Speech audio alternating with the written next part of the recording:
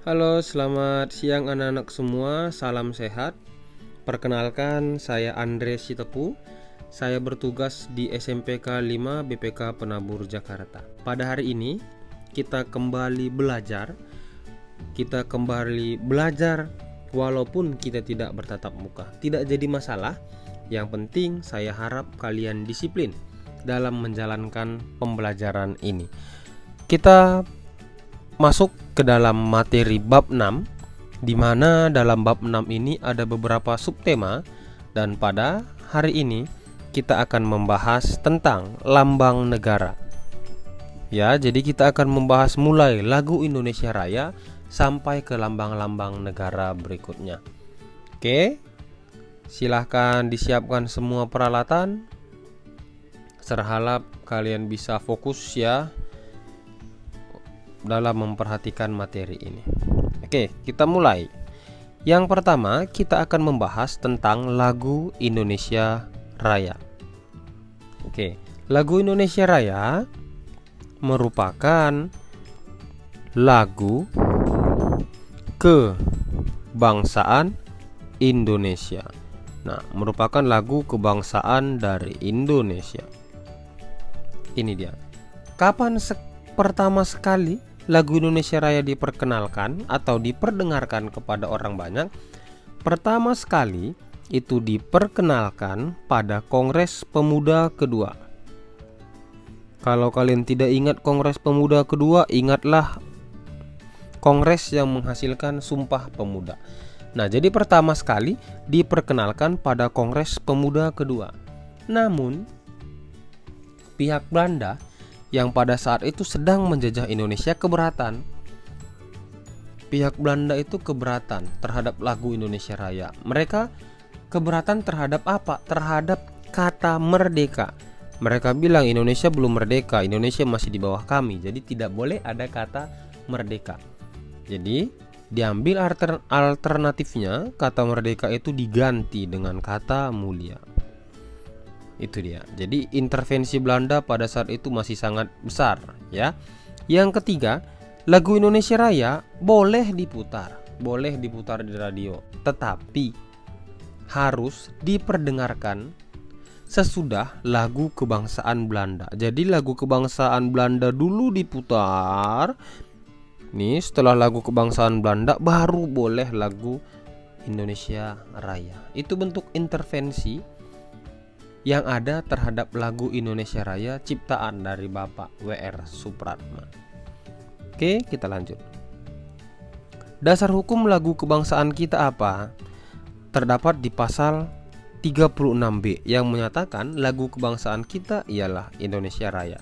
Terdapat juga di PP. Ayo, kalian udah belajar kan tata urutan pemerintahan? Apa PP? Peraturan Pemerintah Nomor 44 Tahun 1958, dan yang terbaru Undang-Undang Nomor 24 Tahun 2009. Nah, ini mengatur tentang lambang-lambang negara. Saya mau tanya, kedudukan undang-undang dengan PP lebih tinggi mana? Bagus, lebih tinggi undang-undang. Ya, jadi saya harap kalian ingat tata urutannya dengan baik ya, jadi tidak terbalik. Ya, sekarang kita lihat bagaimana sih penggunaan dari lagu kebangsaan yang baik dan benar. Yang pertama, penggunaan lagu kebangsaan itu satu ditujukan untuk menghormati presiden ataupun wapres, baik presiden atau wapres negara lain atau negara kita sendiri. Jadi ketika ada presiden atau wapres negara lain yang berkunjung ke Indonesia, penggunaan lagu kebangsaan itu bersifat wajib diperdengarkan supaya menghormati utusan negara lain.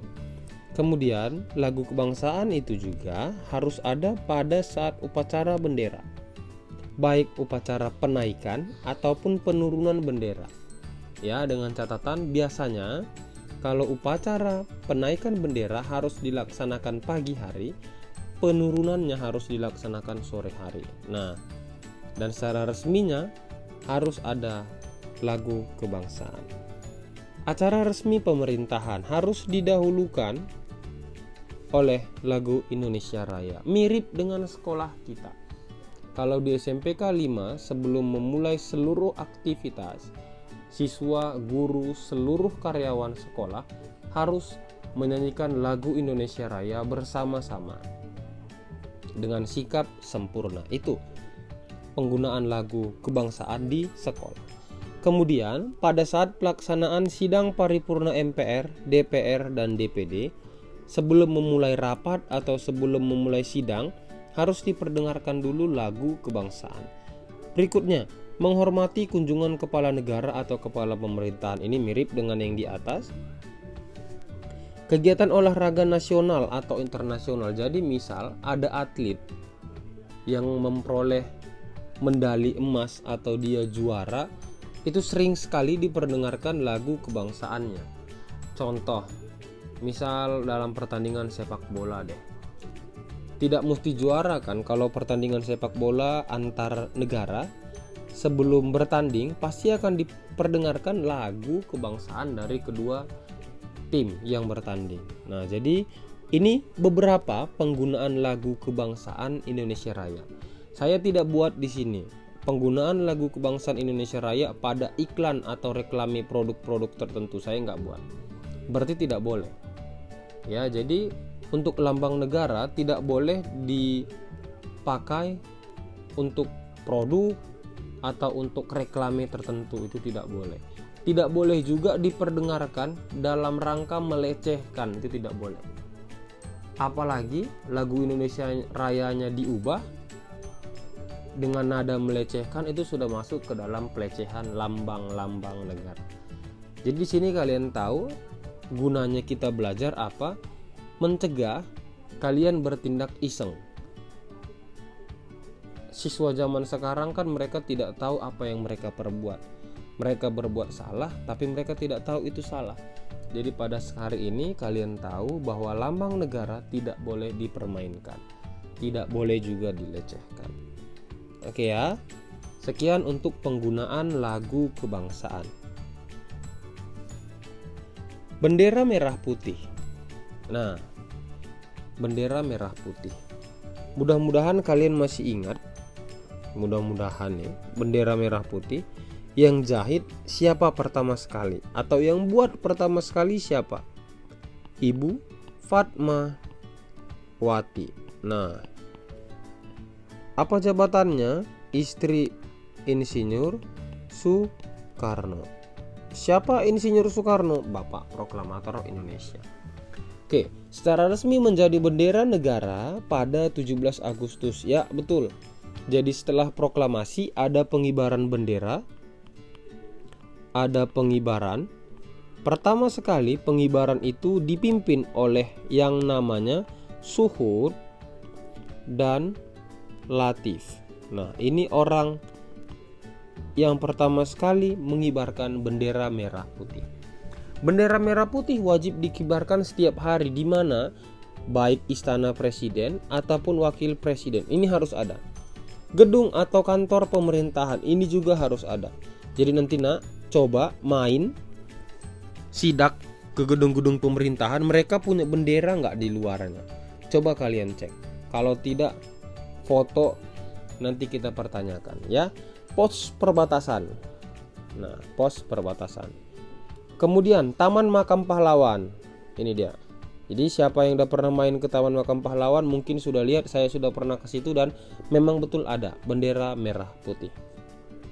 Oke. Itu sedikit kewajiban atau bendera merah putih harus ada di mana ya. Nih, jadi jangan lupa. Oke. Secara resminya kapan dan bendera negara itu wajib ada di mana. Oke. 17 Agustus nih. Menyambut 17 Agustus, bendera negara kita banyak di mana? Di rumah-rumah penduduk. Nah, itu wajib enggak? Secara tidak langsung itu tidak wajib. Tapi secara kebanggaan kita akan negara, kita harus memasangnya di setiap rumah. Kalau wajib tidak. Kalau wajib itu kan dengan artian harus. Nah, itu bukan ya. Oke, kita lanjut. Dasar hukumnya apa? Ada di PP nomor 40 tahun 58 tentang bendera kebangsaan. Nih, Undang-Undang nomor 24 juga sama dengan yang tadi. tentang bendera, bahasa, dan lambang negara. Oke, kita lanjut. Garuda Pancasila. Nah, ketika saya ngajar nih, Pak atau Sir, kenapa sih mesti Garuda Pancasila lambang negara kita? Kenapa sih yang nggak lain? Atau burung Raja Wali kayak begitu ya? Kenapa nggak harimau gitu? Banyak yang tanya. Seluruh siswa setiap tahun ketika saya ngajar kelas 7 awal sekali tentang Garuda Pancasila pasti mereka tanya. Oke. Alasannya ini bukan pemerintah Indonesia pada saat itu tidak punya lambang lain, bukan. Alasannya ini. Ya. Jadi alasannya itu tentang kehidupan di Jawa dan Bali, terkenal sekali dengan kisah dari Dewa Wisnu, di mana burung Garuda menjadi tunggangan seorang dewa, dewa pelindung. Burung Garuda itu sendiri pada kisah Dewa Wisnu melambangkan kebajikan, melambangkan pengetahuan, kekuatan, keberanian, kesetiaan, dan disiplin. Nah, itu kenapa kita ambil. Jadi secara kisahnya memang ada. Itu kenapa kalau kalian main ke Bali lagi dibangun atau mungkin udah selesai, GWK, Garuda Wisnu Kencana, ya mirip lah seperti itu. Jadi kita mengambil dari kisah Dewa Wisnu. Mungkin kalau kalian punya, Sir, saya punya kisah, kenapa nggak binatang ini aja jadi lambang negara? Nanti kita diskusi ya. Coba nanti kalau punya pengetahuan lagi tulis di kolom komentar, kita diskusi di situ. Oke? Rancangannya oleh siapa? Sultan Hamid kedua. Oke. Sultan Hamid kedua ini tepatnya berasal dari Pontianak. Nah, ini dia. Rancangannya yang dipakai. Oke. Namanya Sultan Hamid kedua. Ciri-cirinya apa sih dari lambang burung Garuda? Ciri-ciri. Kepala selalu menghadap ke kanan. Ini siswa juga sering memplesetkan, Sir, kenapa harus ke kanan terus? Emang nggak capek gitu ya? Tadi kembali saya ingat, jangan melecehkan lambang negara. Ada artinya loh. Selalu menghadap ke kanan artinya kanan itu dianggap beruntung. Ya, jadi para pendiri bangsa kita beranggapan atau bercita-cita atau berdoa negara ini akan selalu beruntung. Warnanya emas. Artinya apa? Keagungan atau kejayaan. Sir, di kelas saya burung Garudanya nggak warna emas. Coba kamu lihat, mungkin emasnya ketutupan debu. Oke? Sayapnya terbentang. Kenapa nggak tertutup aja, Sir? Ya kan? Karena melambangkan tenaga atau cita-cita yang tinggi untuk terbang tinggi. Itu dia. Kemudian sayapnya 17 helai, bukan sayapnya yang 17. Sayapnya tetap 2, tapi masing-masing 17 helai bulunya. Kadang siswa bilang sayap burung Garuda ada berapa? 17. Bukan, gimana burung sayapnya 17? Ya, sayapnya 17. Bulu lehernya 45, bukan lehernya 45, bulu lehernya 45. Ekornya, bulu ekornya ada 8 helai, dan pangkal ekor, bulu pangkal ekornya ada 19 helai. Ini menggambarkan apa? 17 Agustus 1945. Nah, berarti sayap dan seluruhnya itu menggambarkan hari kemerdekaan. Nah, ini dia. Oke, melambangkan hari kemerdekaan.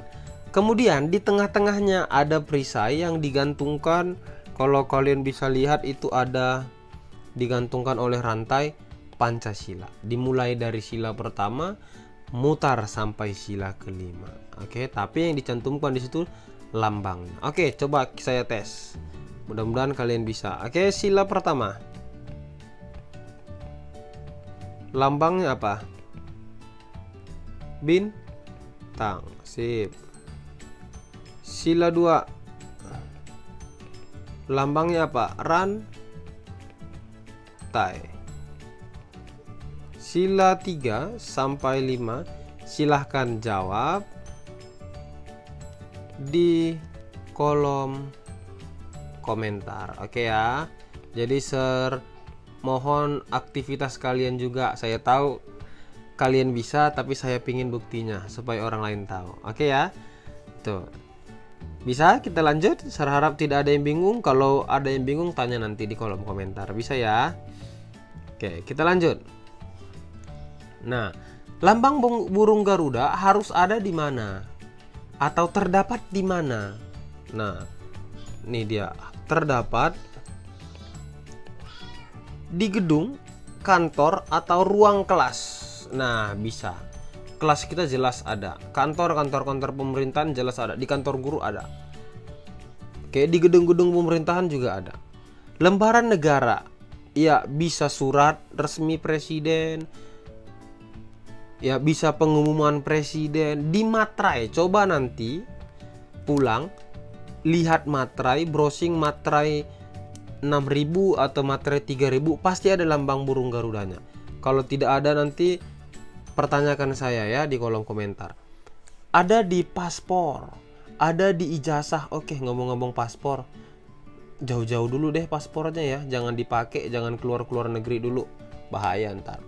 Ada paspor, ada di ijazah. Ijazah saya jelas itu ada burung Garudanya. Dan dokumen resmi pemerintahan. Uang logam, ini ada, pasti ada uang logam. Burung Garudanya pasti ada. Atau uang kertas, kalian cek ada atau tidak ya. Oke, yang terakhir. Nah, ini nih. Jadi mulai sekarang dengar pembelajaran, lihat video saya, udah berhenti deh main-mainin lambang burung Garuda di kelas. Berhenti main-mainin lambang atau foto presiden, atau berhenti main-mainin bendera merah putih. Oke, kita lihat sanksinya apa. Pasal 154A KUHP mengatakan bagi pelecehan atau orang yang melecehkan lambang negara maksimal penjara 4 tahun. Kan gak lucu, niat bercanda di penjara 4 tahun ya. Jadi tolong perhatikan baik-baik. Kemudian pasal 68 Undang-Undang Nomor 24 Tahun 2009 lebih parah lagi. Mengatakan maksimal penjara bukan 4 tapi 5 tahun. Nih, 5 tahun penjara. Jadi kalau punya niat bercanda-candain lambang negara itu mikirin 1.000.000 kali ya. Jangan sampai di penjara 5 tahun. Kemudian denda maksimal 500 juta. Gimana ngumpulin uang denda 500 jutanya? Oke, jadi anak-anak, teman-teman sudah tahu apa lambang negara, kegunaan di mana, sanksinya di mana. Saya harap semakin baik, tidak lagi dipermainkan, tidak lagi jadi bahan bercandaan. Sampai ketemu di pembelajaran berikutnya. Saya harap kalian tetap semangat, tetap sehat, jaga kondisi tubuh, tidak usah keluar kalau tidak terlalu penting. Dan saya mohon kita semua dapat bertemu lagi nanti di sekolah dengan gembira. Titip salam buat orang tua, salam sehat, Tuhan memberkati. Bye-bye.